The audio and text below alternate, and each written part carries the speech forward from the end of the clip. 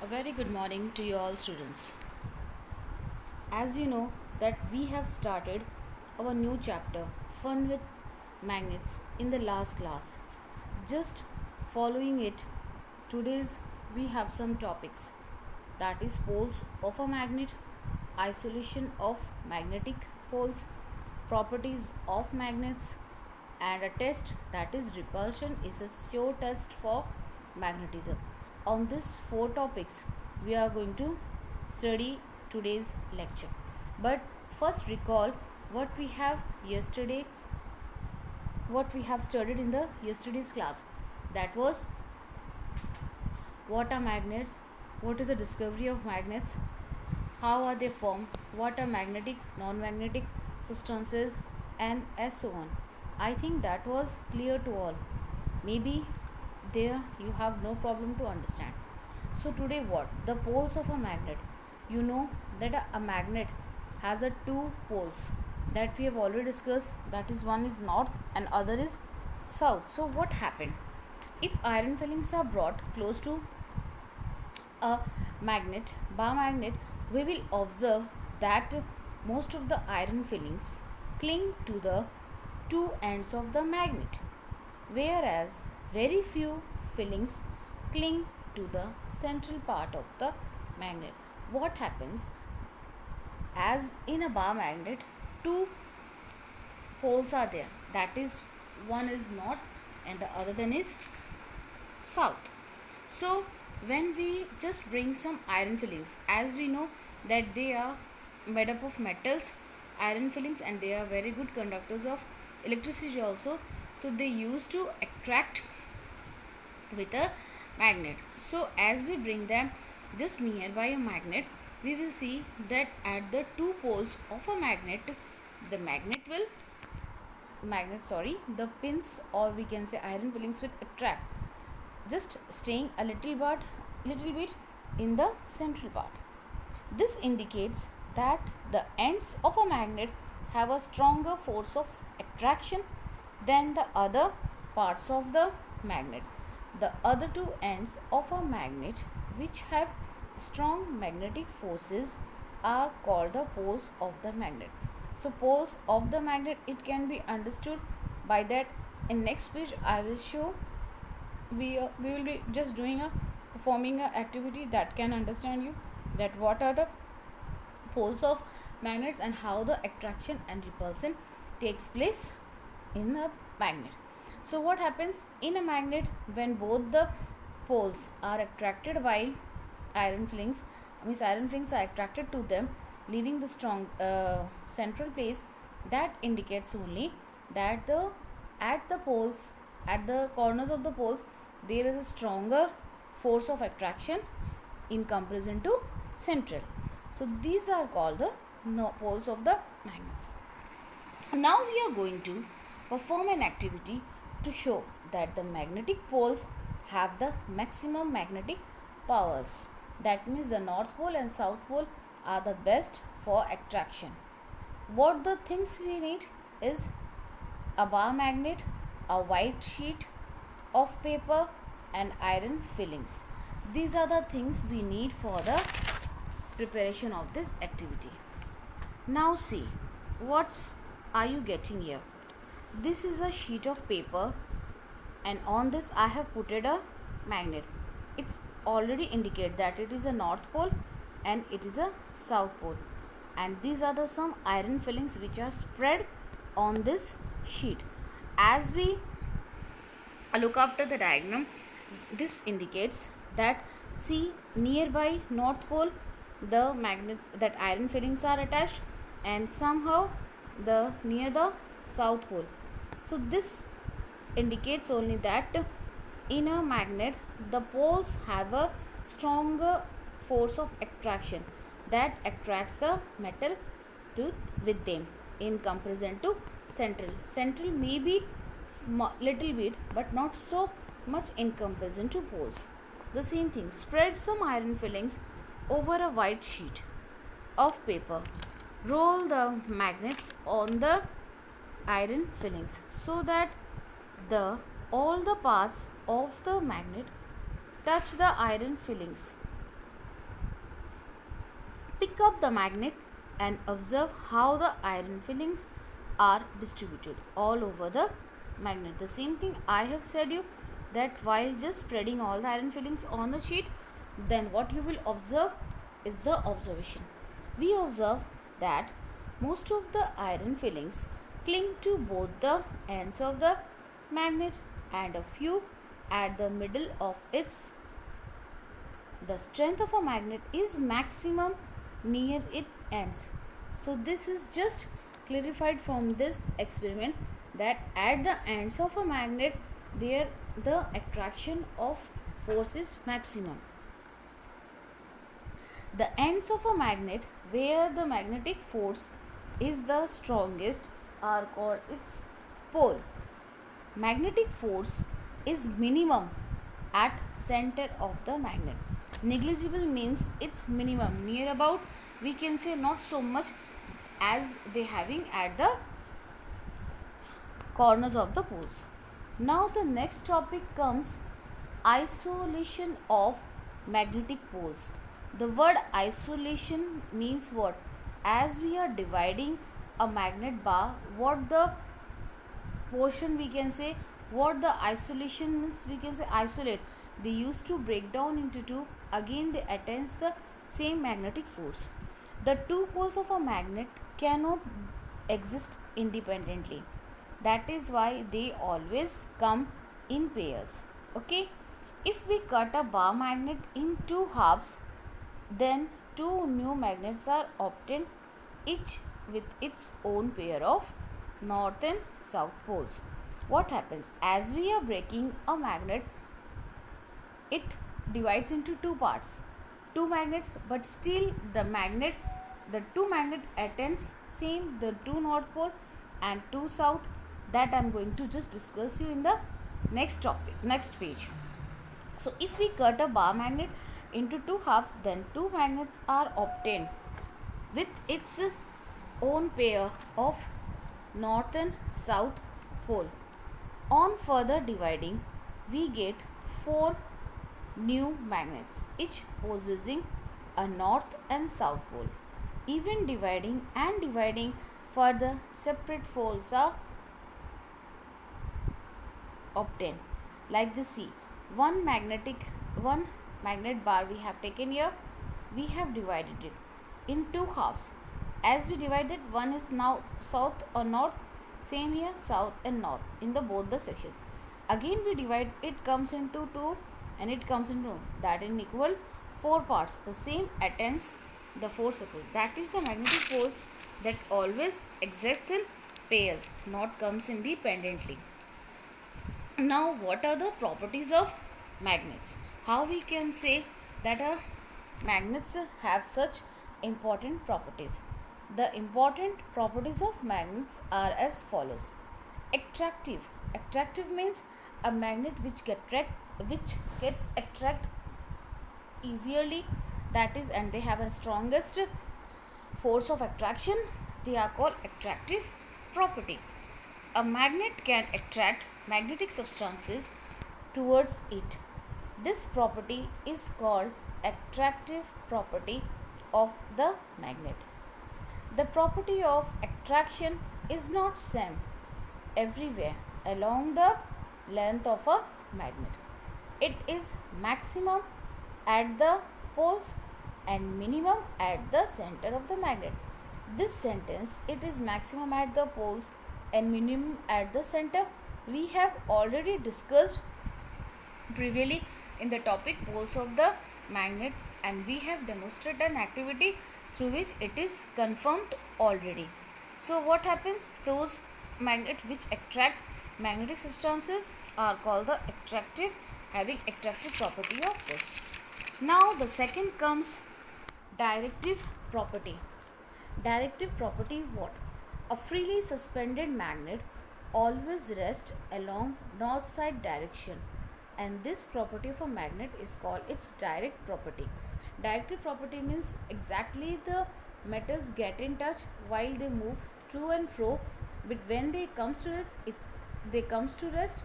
As they come, the position of its usually be in north and south direction. Now to prove this, we are going to perform an activity. In this, what the substances or what the things needed? A bar magnet, a piece of thread, and a wooden strand. Now what we are going the method? Take a bar magnet, suspend it from a string tied to its middle so that it can rotate freely. It is a freely suspended magnet because it is a free to move in any direction. This method can be understood by this diagram. See, it's a stand. On this we have tied a magnet with a thread from the middle portion, and it can be seen easily. See, it's north, it's south, and it's a freely suspended means it can move to and fro like this. Like this they can move to and fro, and they comes to rest. What the observation we are looking after? Observation: the freely suspended bar magnet rests along the north-south direction when it comes to rest. So as we find the observation, we can see this magnet while moving to and fro slowly, when it comes and stop, it will be in the direction of north and south. So the end of the magnet that point towards north is called the north seeking or north pole of the magnet. That is clear. As it stops, the end which moves towards the north, that is called north pole or the north seeking, while the other end that points towards the south is called the south seeking or south pole of the magnet.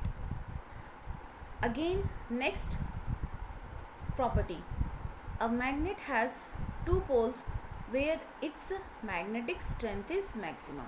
So we have already studied that at the ends of the magnet, the magnetic property is stronger, therefore the poles are the strongest position for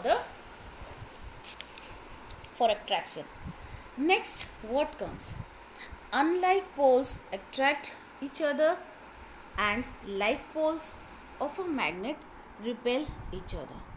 Now what does this unlike poles means, and what this word like and attract and repel means? Attract means that when they are unlike position, they used to come to each other and just attract each other, while if they are like poles, they used to move away from each other.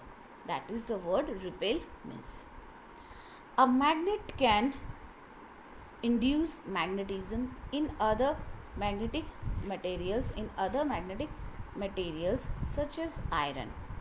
An iron nail, when brought near a magnet, attracts other smaller nails or pins. So it is clear, we know that iron is also made up of metal or steel, so they used to attract other smaller pins or these. Now the third property comes for the magnet is the attraction and repulsion property. Just now I have explained you that with these words, unlike poles attract and like poles repel. This process comes here, and with this following diagram you can understand. When the poles of two magnets are brought close to each other, they exert force on each other. Now perform the following activity to know the nature of this force. Now what happens in this diagram?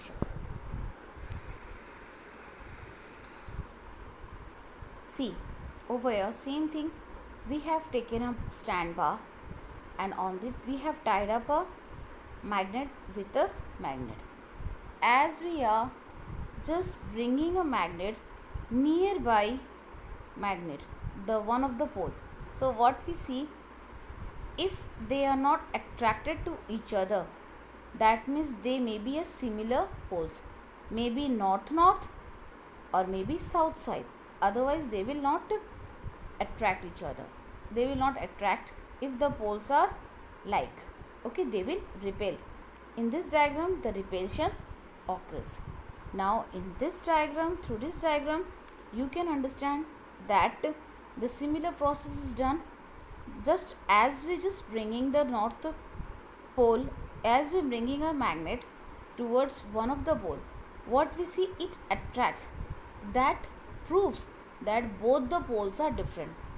Like this we can say here, if north pole or north pole of another comes together, then there will be no attraction, there will be repulsion will be there. Okay, if south of one and north of second, then there will be attraction. If south of one and south of another, then there will be no attraction, repulsion will be there. Or if it is north and south, then there will be attraction. So this is a way you can identify both the magnets with their poles. Okay, I think this is clear to you. Now the next comes is a repulsion is a show test of magnetism. That what happens if we are taking a test to conduct for magnetism, that we have already studied in the last class, that what is magnetism, the force of magnetism. So the force where it's stronger, the way of attraction is more. A magnetic substance is attracted by both the poles of a magnet. The unlike poles of two magnets also attract each other. In the last page we have discussed and we have seen how the unlike poles attract each other. Like poles of two magnets repel each other. It's already proved.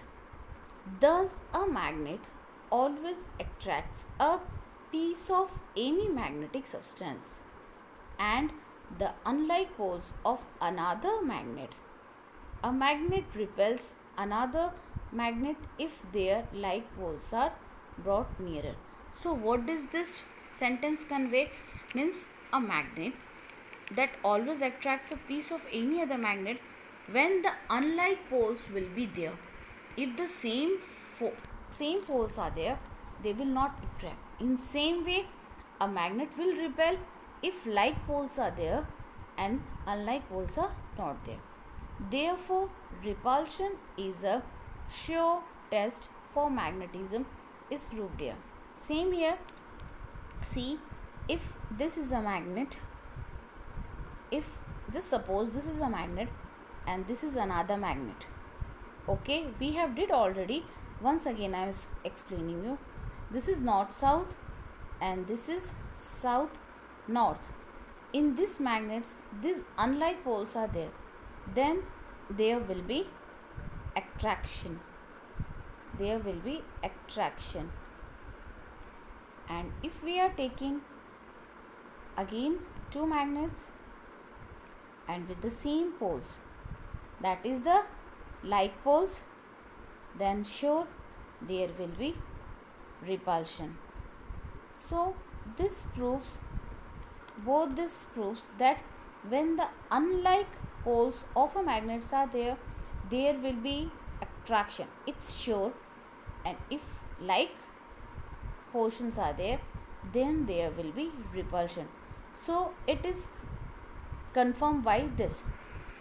So till now what we have studied, once go through, that is the poles of a magnet. You have understood about this. Then what are the poles of a magnet? You can convey. For this we have performed an activity also that can make you understand about this. Observation is also there. Then how the magnet poles assert each other, that you have understood, and this shows diagrams convey you about the process, how is it occurs. Then next comes the property of magnets, which convey about the important properties held with magnets: attractive property, directive property, and attraction and repulsion. Through this we have already understood, and you have, if any doubt, Just go through once again with these diagrams. You can understand it carefully. Next comes repulsion is a sure test of magnetism that we have also conveyed, and with this you can understood it carefully. Just after going through this today's topic, I have assigned you some questions which you have to do. In which direction does a freely suspended magnet comes to rest? What are the properties of a magnet? Explain directive property with the help of activity. I have completed also, and you can do. What are the poles of a magnet? And last, complete MCQs given in form of image attached to assignment. I have sent an image of MCQs question, so you have to complete this with these assignments. As I know that today which topics we have studied, it's better clear to you. Next will be some more topics related to magnets, and that will be sure also a very interesting for you all to study. So I hope just complete this today's topic, read out carefully and answer the following questions in your notebooks. Thank you for today. Have a great day.